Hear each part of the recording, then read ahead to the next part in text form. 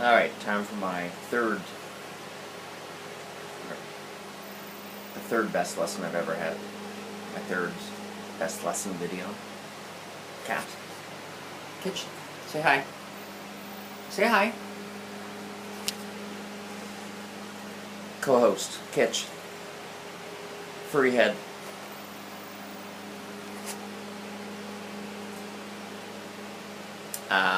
This is again probably 2 decades ago, 20 years ago, 20 decades. Yes, I'm 200 years old. I'll have to see what the sound quality is with my fan on. I'm trying to keep my computer from overheating.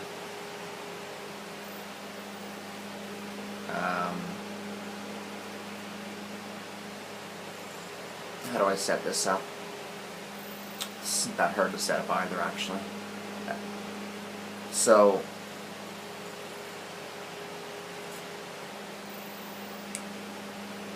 similar to Krista, this is another skater named Kaylee that I picked up from another coach. When I picked her up, I was told she was doing loop, flip, and lutz. Within 5 seconds of seeing her flip and lutz, I realized she was not doing loop, flip, and lutz. She was doing 3 different entries into a loop. I've only run into this probably with 2 other skaters since, where she was putting her pick in for the flip and the lutz and letting it go completely down on the blade, gliding backwards on the blade for 2 or 3 feet, like a very normal loop takeoff, and then doing a loop. Now she was under the impression she was landing a flip and a lutz. I think her coach had given me the impression that she was landing a flip or lutz, although she had maybe admitted privately to me that she knew she was putting the pick down. I don't know if she ever verbally recognized to me that that makes it not a flip or lutz, makes them all loops. Now, I don't remember how long I dealt with this problem. I know I'll have to go with the video on how to solve problems later, but I told her, Kaylee, that you're not landing a flip or a lutz because you're not taking off the pick. And the jumps weren't changed or fixed. I went through various techniques, not fixed. Made sure her skates were proper and had enough ankle support, not fixed. Tried to get her to point her toe more to get more on the pick, not fixed. I know we went to, I was not terribly impressed. She was a preliminary lady at the time, the equivalent of, I guess, Star 2 nowadays. No, probably the equivalent of Star 3. Most of them had up to lutz. And I remember she went to her first competition at Shannon Open, and I believe there were 23 in her category, and I was maybe 26. And I was convinced, I even told them in an email, that she was probably going to be near the bottom because she only had a double loop, and all of her competition that I knew of had a loop. Did I say double loop? All of her competition had a single loop, single flip, and single lutz, and she only had a single loop. And worse, she had a flip and a lutz in her program that were all loops, so she was doing, and then another loop in combination, so she had 4 or 5 loops in her solo, which even a couple of years later with the well-balanced program criteria would have been illegal. She would have been massively deducted. Luckily it was before that, so she wasn't. And she went, and I mean, it was so frustrating trying to get her to land a flip and a lutz properly that I ended up spending a little more time trying to get her spins better, trying to get her stroking better, trying to get her presentation, her posture, everything else better, spirals better. Although spirals weren't an element in free skates at that time either, so probably didn't work on spirals, stroking, spins, fluidity of programs, stuff like that. But even after seeing her skate at this competition, and she had a camel spin for like 5 rotations, a really nice camel spin. And I watched maybe half of her event, maybe 10 of the other kids, and none of them could do a camel spin. So I kind of, in my head, said, oh, well, maybe that'll keep her out of the basement. She ended up coming third out of over 20 skaters, which was awesome. I thought that was amazing. It was a big, essentially I think the last time that I was wrong in a prediction on where a kid would come in a competition. You know, before she skated, I thought she would be bottom half, bottom third, C group. After I saw her competition, that reinforced that I thought she'd be third. And after she skated and I saw her skate and do 4 or 5 loops in her solo, I thought, well, for sure she's C group, bottom of the pack, and she ended up being third. So that really altered the way I looked at it and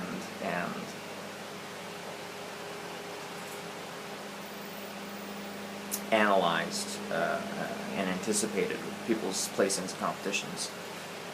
After that, the next time I was wrong was like 7 years later, and not really that wrong, just slightly off.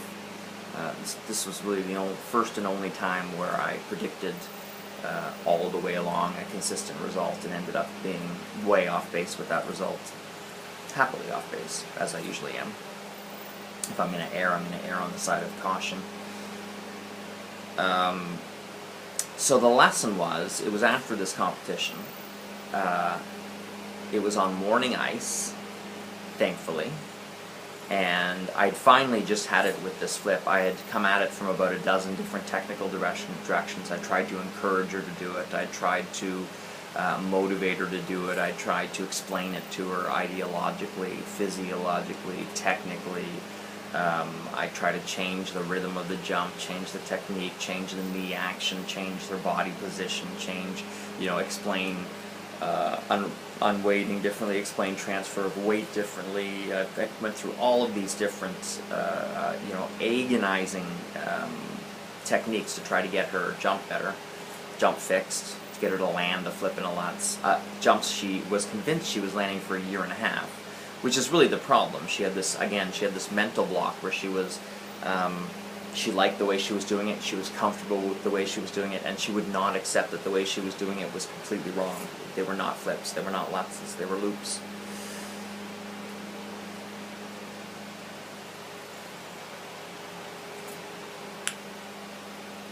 Wish I knew how to overlay a video. I would demonstrate exactly what she was doing on the ice and put it over top my speaking. That would make a lot more sense. But maybe someday I'll learn how to do stuff like that. So the lesson was, this morning I think I had a couple kids not show up, because I remember having it was like 5:30 in the morning till 7 or something like that, and I ended up having a big block of time for her. So I thought, well, here's the opportunity. She's here, she's awake, she's alert. I wasn't, but I was also early morning, so I was, if anything, a little grouchy, a little irritated. So I said, let's fix this. Let's finally fix this. And I tried to run through, categorize, what approach have I not taken to try to fix this flip? And I had tried everything I'd seen in clinics, everything I'd seen other coaches do, everything I'd come up with out of the box. I'd made up like 10 different approaches to it that hadn't worked. So I was like, well, let's just try to get, obviously the problem is the mental block. She's convinced she's landing a flip. I need to convince her she's not landing a flip. So I had her go do a flip. I think I spent the first 5 minutes of the lesson still trying to go through conventional approaches, and it wasn't working. So I finally said, alright, that's it. Kaylee, you're going to keep doing flips just over and over, skating around in a circle. And every time you do it wrong, every time you do a loop, I'm going to say no. I'm going to say no, do it again. Very simple. And you'll go around and you'll do it again. And she went and did a flip, and I said, no, do it again. Skated around. No, do it again. Wrong, do it again. No, wrong, no. And the first maybe 3 or 4 times, nothing changed, and I was kind of worried that the approach, the logic behind the approach, the psychology behind the approach was not going to work. But I kept with it a little while. I mean, that was like 3 minutes of time. I thought, well, we'll try this for 5 or 10 minutes. And again, I had tried everything else. This is pretty much my last ditch effort. About the 7th or 8th time she went around, she started getting visibly irritated.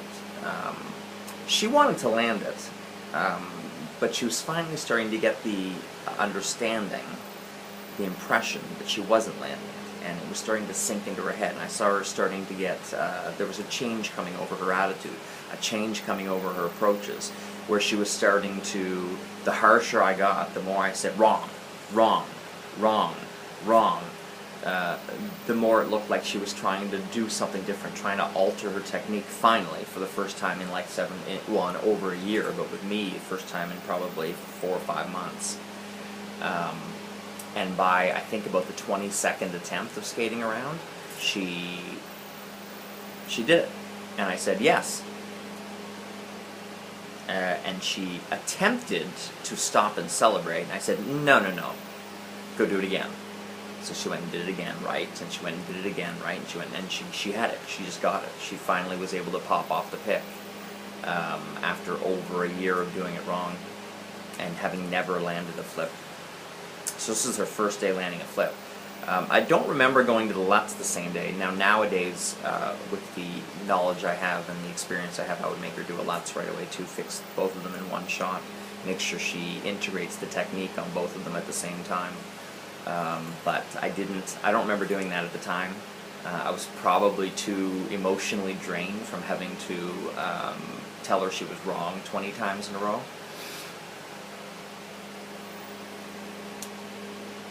But there you go. That was my third best lesson I've ever had. Bye.